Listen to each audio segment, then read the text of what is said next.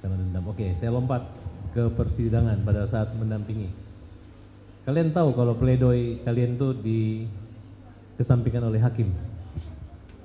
Pembelaannya saya tahu. Ya. Tahu ya, berarti samanya terjun bebas. Ya, saya keluarga menghadirkan saksi si Irfan yang punya bengkel dan beberapa teman yang lainnya, tapi diabaikan sama hakim sama ya pokoknya sama yang di dalam diabaikan semua. Nah, itu jelas sekali bahwa pledoi tidak digunakan dan tidak pertimbangan, terjun bebas. Kalian mengetahui bahwa memori banding adik kalian itu tidak dikirim ke pengadilan tinggi. Ya, saya tahu. Ibu Titin bilang. Ya, makanya kami minta kalian sampaikan seterang-terangnya di sini. Mudah-mudahan melalui Ibu Hakim yang di sini bisa tercatat semua melalui Pak Jaksa di sini. Ya. Apa kelemahan-kelemahan dari pembuktian, dakwaan sampai putusan itu, sehingga dapat dikoreksi kembali. Jangan ditutup-tutupi. Kemudian, apakah di pengadilan kalian mendapat satu yang namanya perlindungan, kemerdekaan, kebebasan dengan cara mungkin perlakuan adanya penangguhan penahanan satu, mungkin juga selama proses 1 tahun adanya keluar demi hukum, tahanan bebas demi hukum. Kalau mengingat perkara ini melampaui waktunya, putusan Mahkamah Agung itu bulan Agustus tahun 2017, hampir 1 tahun. Itu memang dalam catatan kami tidak digunakan hak bebas demi hukumnya. Nah, apakah hakim ataupun Bapak saat itu terlihat melindungi kepentingan daripada anak Saka atau tidak? Tidak. Jelaskan kenapa tidak? Karena Saka sudah bercerita yang sebenarnya, tetapi tetap saja harus sesuai BAP. Sedangkan BAP yang pertama kali dibuat dari tanggal penangkapan 31 sampai 15-16 itu bukan karya Bu Titin. Bukan. Hanya secara formalitas menandatangani aja. Iya. Tapi hak-hak perlindungan anak tidak dijalankan sebagaimana mestinya oleh Bapas maupun polisi, jaksa dan hakim saat itu. Iya.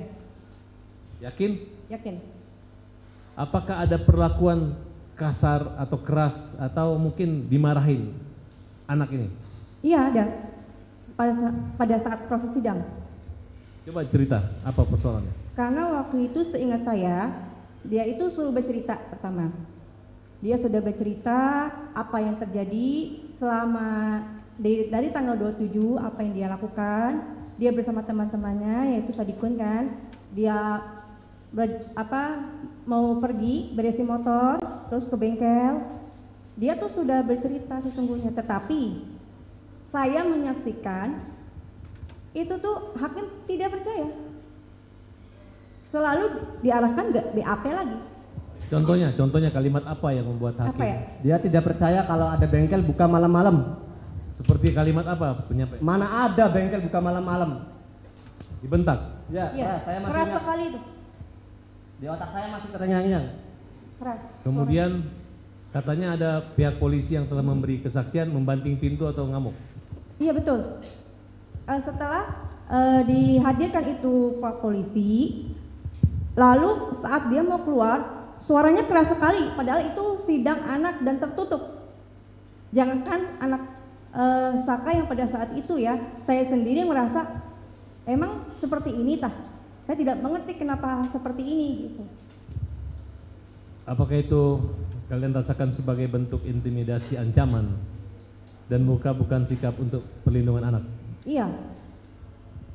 Itu kayak ancaman. Kalau ia melindungi tidak mungkin harus seperti ini. Jadi pada dasarnya sidang Saka itu seperti sidang dewasa. Karena waktu itu Saka tuh tinggi. Maksudnya tinggi badannya gitu? Ya, badannya tinggi. Jadi seperti orang dewasa. Apa dampak daripada hukuman proses? Yang saya lihat kalau ketemu saya sebelum sidang aja tatapannya kosong, dia trauma berat.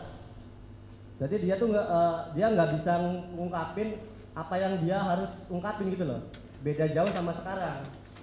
Jadi dia tuh cuma ngomongnya ngomongnya nggak bisa diungkapin semua. Ngomongnya sepotong-sepotong, paling kayak disuruh ngaku, kayak gini. Jadi dia tuh nggak sedetail yang sekarang. Baik, mungkin itu aja dari saya. Silakan. Dilanjut.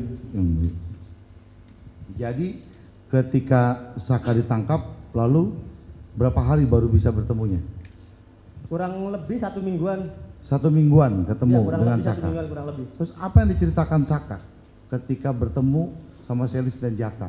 Susah, keluarga susah komunikasi. Dulu susah. Enggak kan udah ketemu nih? Iya, Ketemu? Iya, udah ketemu. Terus ngomong apa? Saka tuh ngomong apa? dia ngomong jujur. Jujur, Iya. dia tidak melakukan. yang seperti dituduhkan. Disuruh apa dia? Disuruh ngaku apa? Dia disuruh mengakui. Ngakui. Iya, maksudnya mengalami apa aja dia? Dia seperti dipukul, tapi dia bilangnya nggak detail kayak sekarang, dipukul, disetrum, dia pokoknya tidak dimanusiawikan lah. Takut. Ya, dia ketakutan. Jadi beda, tatapannya aja kosong. Terus? Ya makanya dari pihak keluarga aja susah komunikasi, apalagi dengan Ibu Titin.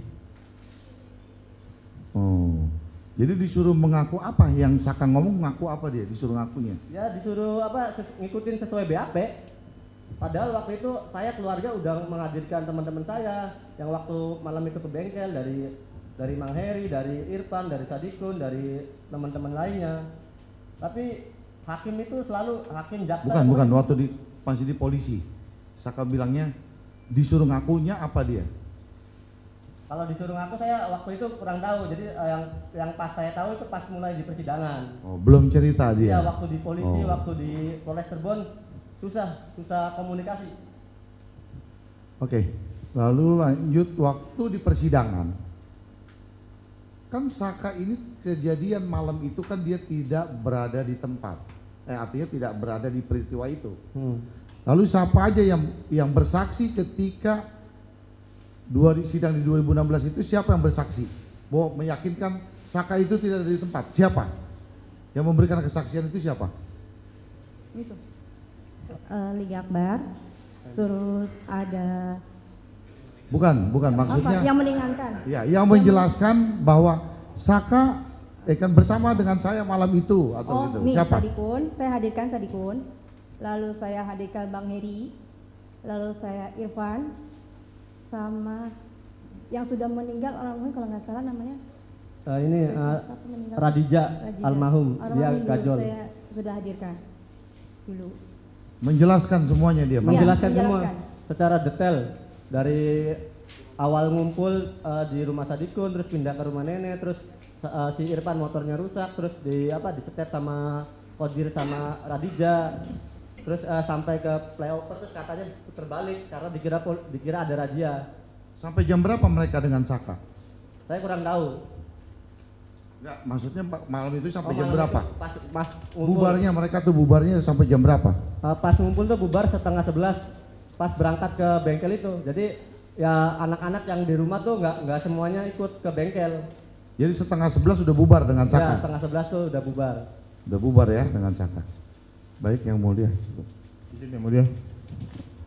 Saudara Jaka, di dalam putusan nomor perkara 16 dan putusan nomor 3, di situ disebutkan bahwa saudara Jaka menelpon Eka Sandi ya untuk membawa pulang Saka Tatal.